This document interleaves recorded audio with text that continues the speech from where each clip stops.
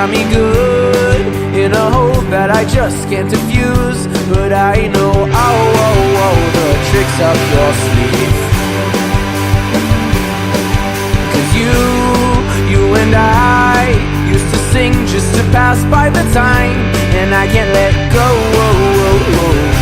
without a partial thought to where our song may flow. Some ring away, but the echo of yours seem to stay. And lately when I listen close, what I hear may be fate. Please leave your message for 2017. And I'll be honest, that what we've got here is truly harmonic. And I can search just to hear the same sound play. But why would I when you're standing here right in front of me? Truly harmonic.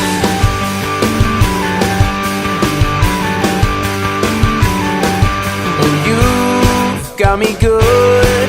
It's a concept I just can't refuse. But you had to see through what seemed without flaw. So you may say that the anthem of ours wrong away. Maybe it's true. So when this sound leaves my ear, I can't help but to sing it again. Hope that if I sing it out, maybe you'll comprehend. I've been around now, and all is silent. What we've got here is truly harmonic. Hello? Hello? Hello, Bob. Yes, hey. I'm here with Ray and Steve from... okay, great. Okay. Can you hear me okay? Yep, perfect. Go ahead. Okay, just let me know if the audio is okay. So I'm in a restaurant. It might be a little noisy here. Clappish on How's the that? line. Can you hear us, Bob? I can hear you. Thank you for joining the show. I know you're out there, so I know we're spending a few minutes with Ray and myself. Talk about your thoughts about Mel Stottlemyre. You know, it's hard. It's hard to read the news that Mel is gone. You know, I've known him forever. I've known him all the way back to his days with the Mets and Davey Johnson. And as I wrote on Twitter the other day, I don't think I've ever met anyone in baseball who was more decent, kinder, more loyal, more devoted to his craft than Mel Stottlemyre. His days as a major league pitcher, a little before my time, before I was a writer, I did know about his work as a pitching coach and how much the Mets respected him, and later how much the Yankees respected him. He was just such a good man and poured himself into the job, and how much the pitchers really listened to him. That says a lot about major league pitchers, how much they took his advice because they respected his credentials as a former major leaguer, and because he spoke their language. He understood the craft of pitching. I mean, just to give you an example, he would catch his pitchers before games. He would catch them in bullpen sessions between starts, and not many pitching coaches will do that. And he did it because, A, he wanted to get a better feel of how they threw the ball, what they needed to work on, and B, just wanted them to know that he was one of them, that he went to bat for them, that he was on their side. And again, that kind of loyalty, that kind of interpersonal loyalty that Stottlemyre had for his pitchers, whether it was the Mets or the Yankees, you just don't find on the professional level very often. And right. It's sad that he's gone. He will be missed. Definitely. Now, Bob, we had Doc Gooden on the phone a few minutes ago. He was talking about the fact that he literally cried hysterically from the standpoint of hearing the news. When I reached him last night, he was still crying. What's your feeling about the relationship that they had? They were so close. I mean, I think Mel understood that he had the prodigal son in Dwight. 19 years old, one of the greatest pitchers ever to come along. And it was Mel's responsibility to nurture him, protect him, teach him, and have him get the most out of his talent, of his career. I mean, obviously, Dwight's career went sideways. But for those couple of years that Dwight was on top of his game, there was nobody who was more important to him than Mel Stottlemyre. He had such a beautiful, graceful delivery, such an athletic delivery. But it needed fine-tuning. He needed help. He needed help from somebody who understood pitching and somebody who Dwight would listen to. And that person was Mel. And I certainly can understand Doc's reaction, the tears that flowed, the devastating news that Mel had passed. I remember in 2000 when Mel first announced that he had multiple myeloma, a deadly cancer. For most patients are given 5 years to live because it's such an aggressive disease. Very few live outside that window, beyond that window. And Mel knew it was a death sentence. And I never once heard him complain. I never once heard him feel sorry for himself. He lived his life knowing this was hanging over him. He lived his life as if nothing was wrong. I mean, I'm sure he had his moments of doubt and pain and fear, but he never showed it to anybody, never wanted anybody to feel sorry for him. And the incredible thing is he lived for 20 years with a disease that should have taken him much sooner. And it just goes to show you, the strength of will, his strength, period. He was a unique man. And doctors just marvel at his ability to fight this disease for so long and live a normal life for almost 2 decades when all the odds and statistics were against him. I mean, it's something I'll never forget. One thing that Dwight was talking about was the fact that he was proud at the fact that he was the one that recommended Mel Stottlemyre to George Steinbrenner when they were doing the contract. What's your thoughts on that? Yes, Dwight, healed a wound that had been simmering for almost 20 years. I mean, Mel left the Yankees in 1974 with a torn rotator cuff. He pitched so well for the Yankees in the 60s on some very, very bad teams. And like all pitchers, like so many pitchers of that era, came down with a shoulder injury that could not be diagnosed, could not be treated. There just wasn't enough medical technology to fix Mel. So the Yankees basically just turned their backs on him when they realized he had a bad shoulder and would no longer be able to pitch as a major leaguer. His career was over, and the Yankees washed their hands of him. And he never forgot that, at least not until Dwight came along and convinced George, A, to bring him back on board as a pitching coach because he was so smart and so communicative, and B, he also convinced George to address the unfinished business between Mel and the Yankees organization. And George did. George apologized for the way, even though it wasn't George's fault, George had nothing to do with the treatment in the early 70s, he apologized to Mel for the way the Yankees treated him.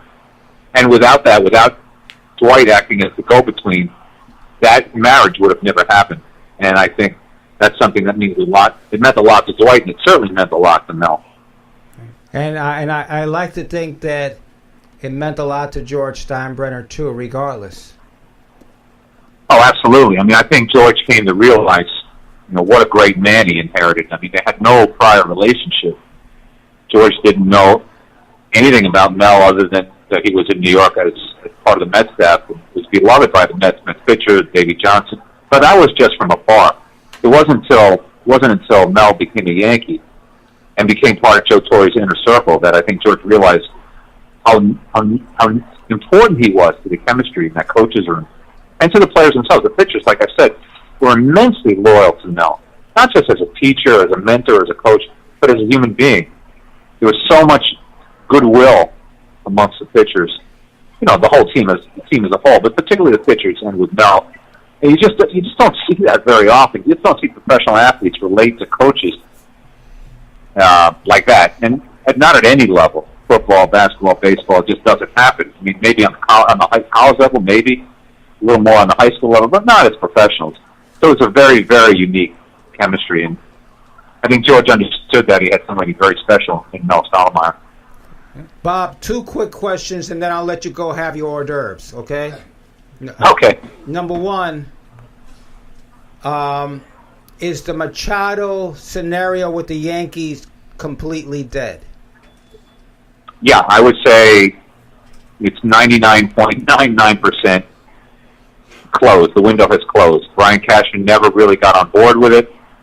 I think he had concerns, certainly not about Machado's offensive capabilities and his athleticism. Nobody disputes that he's a great player and puts up great numbers. I think Cashman was concerned about his personality, perceived lack of hustle. the effect he'd have in the clubhouse, particularly on Andujar, Gary Sanchez, Gleyber Torres. And the Yankees have a very nice guy manager in Aaron Boone, a soft manager. I just don't think that Brian Cashman was completely confident that Boone could handle Machado and his moodiness. And look, it's self-admitted. Machado himself said there's days he just doesn't play, doesn't run hard, doesn't hustle. And that's just not the kind of player that the Yankees are looking for. Now, you can say, with all the analytics and the metrics, that personality problems aside, you need those numbers. The Yankees need more offense. But I think there's another component here that Brian Cashman was just as worried about is how would he interact with other players and how would they feel about him? Would they be influenced by him in a negative way? And I think that's what probably doomed Machado at the Yankees. Hey, well, the last thing, Bob, I know that you probably can't talk about this, but the rumor mill here, I mean, Steve just came back to me with this, and so some of the other people in the audience here, you got an amazing book that's supposed to be hitting the market this spring. Is that true? Your rumors are correct. Ray, the book is coming out March 26th, and it's called Inside the Empire. It's a diary of the 2018 season. And even though the Yankees did not get to the World Series, there's a lot of stuff in there about the Yankees, about the players, about Randy Levine, Brian Cashman, Hal Steinbrenner, about how this organization works from behind the scenes, behind the curtain. Any Yankee fan is going to really enjoy it. So March 26th is the debut. Bob, how the hell did you get behind the scenes that way? I didn't give you nothing. So where did you, in essence, how did you get this information? How is it that these people spoke to you this way? Well, I draw on my 30 years of experience in the game and my contacts within the Yankee organization. Brian Cashman was very helpful, as any reader of the book will see. He's a big contributor to the book. Randy Levine was also very forthcoming with a look behind the scenes, and the players themselves were really, really on board. Aaron Judge, Giancarlo Stanton, all very, very helpful. And again, I used my contacts and my experience as a reporter for many years in the Yankees. And the fact that I was doing something different last year, I wasn't a day-to-day reporter, really helped me. But I went to each of them and said, look, what you say to me today is not going to end up on Twitter in 5 minutes. It's not going to be a headline in the Post tomorrow. It's sort of like, I explained to them, it's like writing a book about the presidential election the year after, what really happened. And that allowed them to be much more comfortable and forthcoming. And it turned out to, because of that, turned out to be a great book. Well, I'm going to cut this right near here because the questions are going to get stupid because people want to know about how much money, this and that. They see that a lot of money was put into this book, so I'm going to kill it right there. Bob, good luck with this. I can't wait to read it. You haven't even let me see any of the manuscript. I'm dying to see this book. So, listen. Ray, you will love it. Okay. I promise you. Okay. All right, Bob Clappers. Thank you very much, brother. Sir. Okay, you got it. Good night. All right. Good night. Well, we have the State Farm Roundtable Discussion Sports Talk here. Gil, talk about State Farm. What is this? At Allstate? No? Yeah, no. And we bought my son. State Farm, right? Yeah, we also bought my son. Don't confuse me. Who knows a lot more about sports than I do, you know? You got the son working now? Yes. Already? He's not even 12 years old. Well, you know? Yeah, but you know what? Everybody looks younger because Danielle took the Snapchat. Yeah, they all look younger now. Danielle gets her segment. Let's get into the State Farm guys over here. Talk about what he just talked. Mel Stottlemyre to you. Mel Stottlemyre, we grew up there, like in the race time. He was a great pitcher too. So besides all that stuff of being a great man, a great pitching coach, guy was a great pitcher on very bad teams. When we were Yankee fans at that time, we would argue Mel Stottlemyre against Tom Seaver. Right. Yeah. And we would argue. Yeah. And Mel Stottlemyre, opening day pitcher all the time, great fielder, everyday pitch, great sinker ball, right? And number 30, he was, let me tell you something, he was a really good pitcher on a really bad team, almost like DeGrom now. And what a lot of young Yankee fans won't realize is how good he was. You know, they'll remember him as a pitching coach, not as a pitcher. And, 11 seasons pitching for the Yankees. 1969, 24 complete games, which is a big stat. 3 years, 20 or more wins. On terrible teams. So...